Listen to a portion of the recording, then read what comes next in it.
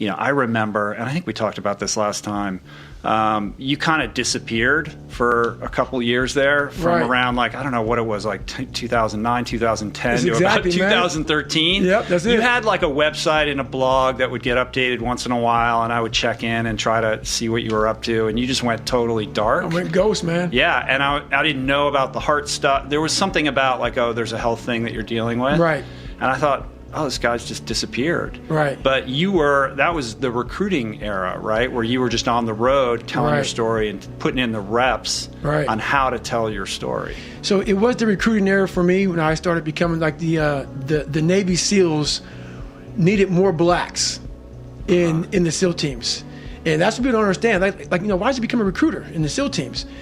I was one of the few black guys, and I had already done Badwater. So I got a little bit, small bit of notoriety for doing Badwater. And so the Navy SEALs were like, oh my God, like we could use this guy to try to get the 1% of the African Americans in Navy SEALs up to maybe 2%. And so I hit the road and started doing that. But I also I'm not a big guy on social media. So I was actually happy to kind of pull away from it. I'm just not big on that stuff. Even today, I'm just not a big fan of it, man. I'm a big introvert. I get a lot of my strength from being introverted, and going out there and doing what I do is all this is very difficult for me, man. All of it. Yeah, it's funny when you say you're introverted because you're so good, when it comes to sharing your story, and it's so compelling. And there's a lot of people out there, like they're quote unquote like influencers or whatever, who would be like, wow, like this guy's got, I don't know, what do you have, like 600,000 plus on Instagram or something like that. Yeah. And for somebody you're averse to it, you don't like it, you hate it, you only post once in a while, you don't really advertise what you're doing at all, but you've grown this huge following of people who are super interested in what you're doing. Well, I think it's important to do things you don't like. And I was very ashamed of my life story for a long time. I didn't want to go out and tell anybody shit about me.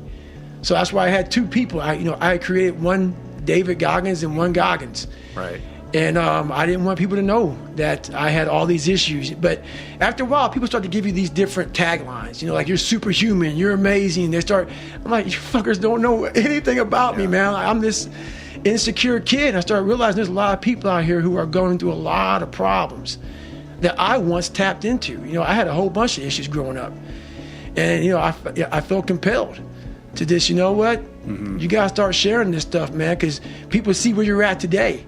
They see where you're at today. They see the man you are today, this rock hard human being.